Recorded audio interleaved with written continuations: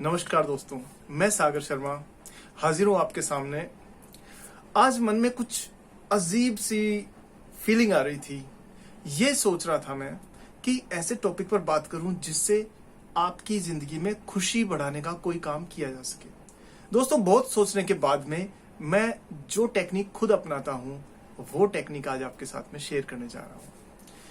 दोस्तों, middle east में एक कहावत है कि जब कोई व्यक्ति मरता है और स्वर्ग के दरवाजे पे जाता है तो स्वर्ग का जो द्वारपाल होता है, जो गेटकीपर होता है, वो उससे 2 क्वेश्चन पूछता है।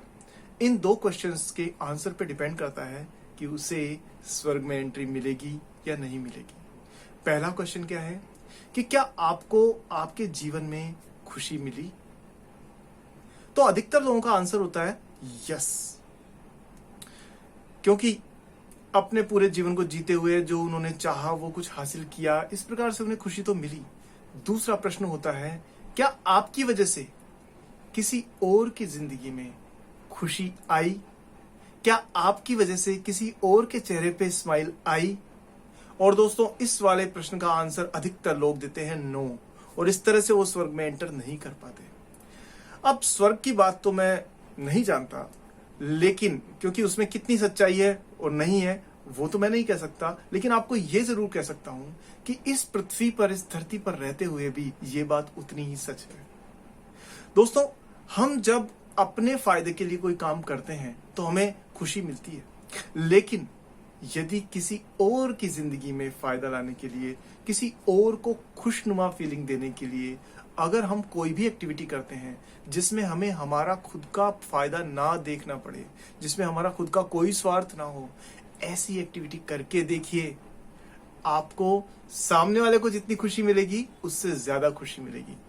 दोस्तों, ये कोई किस्से कहानियां नहीं कह रहा हूं मैं, ये वो चीज है जिसको रात दिन मैं खुद करके देखता हूं, और मैंने भी कुछ लोगों से सीखा है ऐसा करके देखते हुए। आज आप ये देखिए, बड़े बड़े लोग, बिल गेट्स हो, चाहे मुकेश अंबानी हो, चाहे जितने भी बड़े लोग हैं, वो लोग आप देखिए उनके पास सब कुछ है, फिर भी वो अपनी जिंदगी की सारी कमाई दान कर देते हैं गरीबों को। क्यों? वो किसी पर कोई एहसान नहीं कर रहे हैं, बल्कि वो स्वयं को खुश करने का रास्ता ढूंढ रहे हैं। दोस्तों, आप कभी किसी की एक दिन में कम से कम एक बार मदद तो करके देखिए, एक बार किसी चेहरे को मुस्कुराहट ला करके तो देखिए किसी पर, आपको स्वयं को बहुत अच्छा लगेगा, आपकी खुद की तकलीफें भूल जाएंगे आप। मैं आपको यकीन के साथ कह रहा हूं दोस्तों, कुछ दिनों तक ऐसा जरूर कीजिए कि एक भी दिन ऐसा ना जाए जिस दिन आप कम से कम एक व्यक्ति के चेहरे पर स्माइल लाने वाले काम ना करें। ऐसा ना हो, यानी रोज आपको एक कम से कम व्यक्ति को या किसी जीव को भी अच्छा फील करवाने के लिए कुछ ना कुछ एक्टिविटीज जरूर करनी है।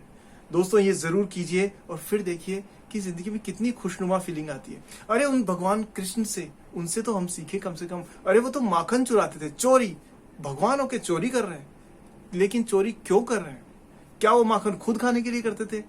वो माखन अपने दोस्तों में बांटने के लिए चोरी करते थे। मित्रों, उन्होंने अपना राजपाट छोड़ करके और सिर्फ प्रेम की वजह से, दोस्ती की वजह से अर्जुन का रथ का हाँकने का काम किया, ड्राइवर बने उसके, सिर्फ इसलिए क्योंकि उन्हें खुशी करने से खुशी ज्यादा मिलती है, इसका पता था। तो दोस्तों, आज प्रण कीजिए कि आज से ही आप दिन में एक बार कम से कम किसी न किसी की मदद ऐसी जरूर करेंगे जिससे उसकी जिंदगी में खुशनुमा फीलिंग आ सके। बहुत बहुत धन्यवाद आपका। मैं फिर हाजिर होऊंगा। Thank you.